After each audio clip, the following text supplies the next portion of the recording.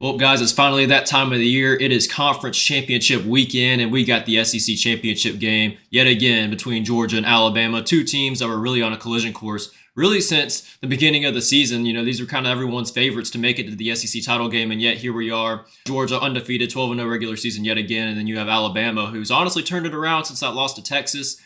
They've had a couple speed bumps along the way, a couple games that you could look at and wonder if this Alabama team is really what they're supposed to be. But nonetheless, 11-1. Conference championship game. Alabama obviously has to win to get in the playoffs. And honestly, Alabama needs a little bit of help from other teams losing too if they want to get in the playoffs as well. Georgia probably can't afford a loss here either. There's a lot of one-loss conference champions that are going to be getting in too, so this is kind of a do or die for either team. This is a winner-go-home situation, Aiden. Yeah, Drew, first off, with both of these teams, they are completely different than what they were at the beginning of the season. Of course, Alabama had a very tough loss in week 2 to Texas. And that's the problem with scheduling those tough non-conference, ranked opponents. You can lose that game and it will set you behind for the rest of the season. And Jalen Milroe and that Alabama O-line, they were very highly touted coming into the season. And in that Texas game, they did not perform at all. And they played a very ramped and hyped Texas team under Sarkisian, who has had multiple years to finally develop his guys. And, he has been building Texas to come into the SEC. And I do not think that Alabama was expecting, that game to be that tough. And, when you have multiple years of success at a program, Nick Saban's talked about how hard it is to instill to those freshman guys that the success they are inheriting is not theirs. Just because you go to Alabama doesn't mean that you're going to walk on the field and beat every single team. Those Alabama teams had to put in the work to be able to be that successful. And I think that's kind of what you saw at the beginning of the season. They thought that they were just Alabama and they can roll through everybody. And, after that Texas loss, that South Florida game was really close that following week. They put in some new quarterbacks. They wanted to, I think show the rest of the world that, look, guys, Jalen Milroe is the best quarterback we have. I'm Nick Saban. I'm not going to roll with the second or third best quarterback on the team, And throughout the season, Jalen Milroe has continuously progressed. Now, is he a great college quarterback? No. But he has gotten good enough to the point where he is not going to lose you the game by his performance. He can keep Alabama in the game and keep them on schedule if he plays as well as he can. Now, as far as Georgia goes, they were in a similar boat. They looked a little bit rocky to start the season. First year starting quarterback in the SEC. That is a very tough task to take on as a young man, no matter how long you've been there. Carson Beck's been there behind Stetson for a couple of years and been in that program for a couple of years. And you can really tell just with the strength and conditioning, he's a big dude. Also, first year offensive coordinator Mike Bobo coming back after a stint at Georgia, about 10 years ago. So there were a lot of things to iron out for this Georgia team. And, after the first couple of weeks, you really saw things start to click. And for me with Georgia, it was really in that Auburn game where I saw, okay, Georgia has taken that next step offensively with Bobo and Carson Beck. Because if you remember that Auburn game, Georgia had to fight and claw back in that fourth quarter. They could not run the ball and chew the clock. They had to come back. And that's when you saw Mike Bobo throw the whole entire offense on Carson Beck. He couldn't protect him anymore. And Carson Beck was dotting up the middle of the field, 15, 20 yards down the field, every single pass play. And that's really when we saw Carson Beck really start to shine for the first time. And he's continuously gotten better and better every single game. And I've said it every single game, Drew. I still do not think we've seen Carson Beck play the best ball that he can play. And I think we will see it, coming into the playoffs in the championship game when the expectation rises and the level rises. Great players will rise to that occasion. And I think Carson Beck could do that in this Alabama game. But pretty much, Drew, Alabama with their weaknesses at the beginning of the year and Georgia with their weaknesses at the beginning of the year, they both worked on them and almost turned them into strengths for their team. And that's what great teams do. Yeah, absolutely, Aiden. I'm glad you brought up the Auburn game and Carson Beck because Kirby Smart himself has noted in a press conference that Auburn game is where he really believes that Carson Beck grew up. And really, you could see it from that point on, the confidence he had. The following week played against Kentucky, probably played one of his best football games of his entire life against that Kentucky team. And just that confidence has just carried on through the entire season. The Georgia offense has been clicking and firing on all cylinders and really doing it with a lot of injuries usually every week. Brock Bowers has been in and out. Lad McConkey's been in and out. Ra Thomas has been hurt a few games. And Georgia's just been kind of plugging and playing at the wide receiver position. Dylan Bell, another wide receiver, has really stepped up for this Georgia team the past couple weeks. The weapons that Georgia has, that Carson Beck has to utilize, is unbelievable. This is probably the most talented wide receiver room that Georgia's ever had. And when you look at this Georgia-Alabama game in particular, Aiden, 55.5 points. We had talked about it before this video. That's pretty high for a conference championship matchup between both of these teams. When you think of Georgia and Alabama, you think of physical, you think of defense. And really, it's getting to the point in college football now where offenses are starting to evolve, even in the SEC, where defenses are starting to, it's becoming hard for defenses to stop these offenses. So when you look at this over-under, and you talk about 55.5 points, these points got to come from somewhere. If you're looking at this game and you look at Georgia's offense versus Alabama's offense, both good offenses, but wouldn't you think Georgia's offense is more likely to get in the 30s than Alabama? I'm not hating on Alabama's offense. I'm not saying it's a bad offense because it's not. Georgia's just on another level. The biggest concern for me as a Georgia fan heading into this game was when I'm looking at this Georgia defense and looking at the game they played against Georgia Tech. We have a lot of young guys playing in the linebacker position. Wilson and C.J. Allen, two very talented linebackers, but have struggled to really do their job in certain aspects. Now, you can see in certain plays where they make some unbelievable, they go across the field running lightning speed and make a tackle using their athleticism.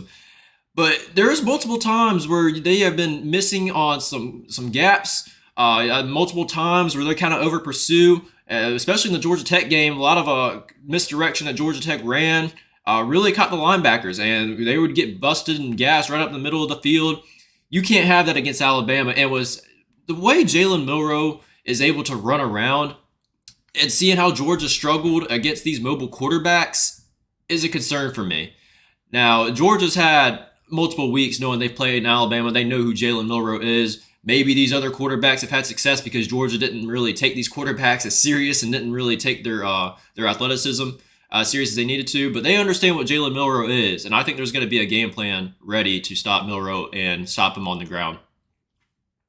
Yeah, Drew, first off, the question you brought up about, the over-under, and do I think that Georgia will score 30 more likely than Alabama? On paper, the short answer to that is yes. Carson Beck, like you mentioned, he has a plethora of weapons. Just because Georgia dominates recruiting, their third and fourth string guys could be starters. They just don't have the opportunity in games to show out. And that's exactly what you saw with that Bell guy you were talking about. Georgia has it's next man up for Georgia. And every team says that, but only a select few of teams really are that deep where it truly is next man up, and they are still at that elite level. And that's what makes Georgia so dangerous on both sides of the ball. Now, when you look at it in a game, it is tough to score 30 points. It's a lot more that goes into a football game than just, running and passing to get first downs. You got turnovers, you got special teams. You have to win in every single facet of a game when you play an elite team, especially conference champion, tough conference games against conference opponents. They are highly emotional games. It takes one muffed punt like we saw against Alabama and Auburn for you to lose the game. When two teams that are so good are playing, it only takes one or two mistakes for you to sway the way that the game goes, because these two teams are full of elite players that do their job pretty much every single time. It's abnormal for someone not to do their job on either one of these respective teams. So it is a lot that goes into it.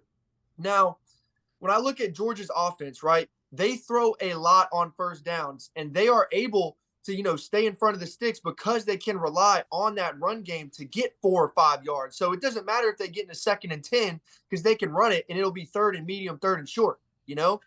When you're playing an Alabama front seven that is as good as it is, you're going to have to establish the run game early. A lot of throws on first down for Georgia. It wouldn't surprise me to see them run the ball more just to try to control the clock. It's a field battle. It's a time of possession battle. It's all those things. I think this will be an old school game. Now, as far as the linebacker core goes for Georgia and Georgia defensively, they gave up the perimeter run last week, and that is a staple in many, many offenses these days. You talked about how offensive schemes are changing. This is widely regarded by a lot of people. It is getting more blame. You don't see a wing T team playing an air raid team or an air raid team playing a spread team all these guys do they do all of it, and they combine everything. And offenses are becoming very cookie cutter. It's frustrating to see as a defensive player because it just makes the game so basic, at such a basic, level. But the linebackers for Georgia, like you mentioned, they're young. They are relying on their athleticism way too much, and they are way too aggressive because they are so athletic and young and coming from a team where they're the best player, and they can over pursue on a misdirection or a counter and get back and make the play on the other side. They've been able to just rely on their athleticism for so long, and it's not abnormal. Like, this is normal for a freshman linebacker to do, or a freshman defensive player in general. Especially when you're a guy like CJ Allen, who he's not a 230-pound linebacker. He's a fast, he's a Roquan Smith type without the size that Roquan Smith had, at his prime years in Georgia. So you're going to want to fight over, if it's an inside zone or outside zone and it's bouncing, you're going to want to fight over those blocks sooner than later because you don't want that lineman to be able to climb to you because you're not going to be able to shed that block if you're CJ Allen, He's a speed guy, so he has to rely on, just getting over top before that lineman can reach him. And that's where you see all the over pursuing and stuff, Also, you have to be gap sound as a defense. When you're doing your run fits as a defense, just because the ball is going in the A, like the running back is running up the A gap, that doesn't mean that as a linebacker, you crash immediately into the A gap because that a good running back will just follow behind his lineman and then bounce to that B gap. Every single player in the front seven on a defense, going back to the safeties, has a run responsibility fit. And if your run responsibility fit is the B gap, you better be damn sure you have the B gap and then scrape over depending on how that running back plays it. But you can't just be shooting gaps as a linebacker in the SEC and expect to be successful at such a high clip, because offensive coordinators will see and feast on that too, And thirdly, when you talk about the quarterback run game for Jalen Milroe, linebackers play a very, very, the most crucial part in the quarterback run game defensively. That's who you're spying. And when you don't spy and you drop back into cover 4 or cover 3, those linebackers are the ones who are dropping into their zones in the middle of the field. As a linebacker, you have to have eyes on the receivers and then also have eyes on the quarterback once you get into your drop, just in case he does decide to take off and use his legs, And that's the number one killer for me is when I see a linebacker in coverage and they're just sitting in no man's land in the middle of the field and they do not take into account that the mobile quarterback will run. Those two young linebackers for Georgia have to stay keyed on Jalen Milroe. And if I'm the Georgia defensive coordinator, I am quarterback spying in almost every single passing situation. Obviously, you're going to want to sit in some zone to mix it up, but I would be heavy in man coverage if I was the Georgia defense. You got Lassiter. I'd put him on Jermaine Burton, have a safety playing over top of him, give him help over top. But I would just man everybody up. I trust the guys, the DBs for Georgia, more than I trust the receivers for Alabama. If it's not by Jermaine Burton in clutch time, it normally doesn't happen. So if I'm Georgia, run man, spy that linebacker, and make Milroe sit in the pocket and throw the ball to beat you. That's the recipe for success for Georgia. Yeah, when you look at the teams that Georgia's lost to, their last few losses, the quarterbacks they play have put up unbelievable numbers through the air, and that's what it takes to beat Georgia. You're not going to beat Georgia by just trying to run the football. You're not going to beat Georgia by just having a mobile quarterback. You got to be willing to take shots downfield and hitting on them. So I agree. When I'm looking at Jalen Milroe, I would much rather him sit in the pocket and throw the football against my veteran secondary versus letting him run around and try to beat my younger up front 7 guys. So with that being said, that's probably the biggest key for Alabama in this game is how well is Jalen Milroe going to do? Can he put up those Heisman numbers that what it takes to beat Georgia that we've seen from these other quarterbacks like Joe Burrow and Bryce Young and name any other, really highly talented quarterback that's played a, Heisman game against Georgia. Now, I'm looking at Georgia, too. Like you said, I really do like what you said about controlling the run game more than they probably have had to do in previous games. We all know what Georgia can do through the air, but at the same time, with Kendall Milton really coming along towards the end of the season here, you want to do everything you can in big-time football games to take the pressure off your quarterback. I know Carson Beck is an elite quarterback with an elite arm and can any defense really he plays up, but it's always so much better to when you can rely on that run game and really running your passing offense off of your run game just makes life so much easier. And this is going to be the most talented secondary that Georgia's going to play all year. You can't get in a situation, regardless of how good your receivers and quarterback are, when you're going up against a talented Alabama secondary and you're not able to run the football. It makes it so hard to throw the football when they're in a kind of a pass commit defense. So Georgia's really going to have to be able to control the ground really on first downs, like you said, and they do throw the ball a lot more on first downs as compared to years past. When I'm looking at the line of this game, it's a 5-point line. Georgia's favor. It opened up at 4.5, moved to 5. I'm just going back and forth in my head. Obviously, I'm a Georgia fan, but I'm going to try to call this as biased as I possibly can, looking at everything on the table here. Jalen Milroe is a good quarterback. I just don't know if he can put up that Heisman game where he throws for 350 yards and 4 touchdowns and no interceptions to beat this Georgia team. There's been a lot of games this year that I've seen Alabama play, and you could throw out the argument, yeah, Alabama's a great team, but when they have a close game, just know they're going to be mad the next game, yada, yada, yada. We've heard all that stuff about Alabama in years past. I don't think Alabama is still at that level to where they're going to win a national championship. They're a really talented team, but it just seems like when you watch this Alabama team, there's just something missing from this team that they used to have back, in 2015, 2016. A team that obviously can beat Georgia. If anyone's going to end the winning streak Georgia's on, it's going to be Alabama. I don't think it's going to be in this game, though. I think Georgia's offense is really talented. I think Georgia's offense is going to throw out, and Bobo's going to throw out everything he possibly can. I do expect Georgia to score some points in this game, and I do expect Alabama to bust out some big plays, too. Georgia's been very vulnerable to giving up big plays this year, and we've seen it in multiple games. A lot of big passes down the field, which is going to play to Jalen Milroe's passing strength. But all in all, when I'm making a prediction here, I do think Georgia is overall the better football team.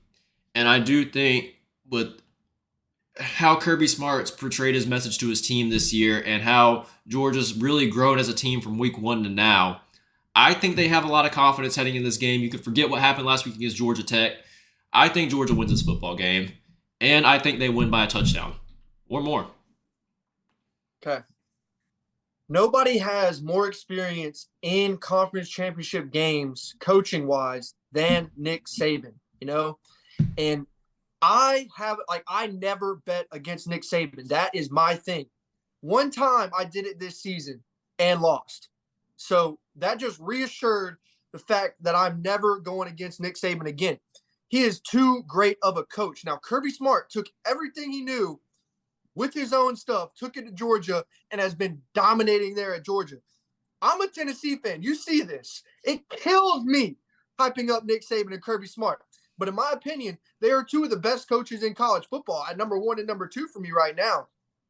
With that being said, Nick Saban knows how to play a conference championship game. He's been there and done that. This game is not going to go to 55 points. We talked about that over-under earlier. I am not as confident putting money on, the game on Georgia or Alabama as I am taking that under, guys. Alabama is going to eat the clock. They're going to be taking keeping the ball out of Georgia's hands. Georgia's offense has been so efficient. They are going to want to keep the ball out of their hands, guys. So I think this is going to be a low-scoring affair. And because of that, I have a tough time seeing this game going over, 5-6 points. Now, it's right at that 5. I would take Alabama at 5. I'm a little bit comfortable with that. I think that, Georgia's going to get it done, but there's just not going to be enough possessions for it to get out of hand. I could see like a 3-point win for Georgia, but I do think it's going to be close just because Nick Saban is going to make this a dirty game. Like I said, this is going to be an old school game about field position, special teams, and the turnover battle, And because of all those things, Georgia is more talented. And the thing that I think that they're missing that you talked about earlier, we're just not seeing the same Alabama team, it's the recruitment, Drew. Alabama had such a significant advantage in the recruiting, category. And with NIL, it's opened up. And now it's switched to Georgia. And so because of that, when you have 2 great coaches and 2 great teams, I think that little extra bit of talent is going to prevail. Not to mention, Georgia's been getting better and better every week. Bowers and Ladd McConkey, I'm not going to get into what they do schematically on offense with them too, but having Brock Bowers is an offensive play caller's dream. He plays running back, tight end, receiver, and you don't have to make any substitutions to run all these different formations. But because of that, I'm going to take Georgia in a close one, but the over-under is a lock for me. Take that under. It is not going to hit 55 points.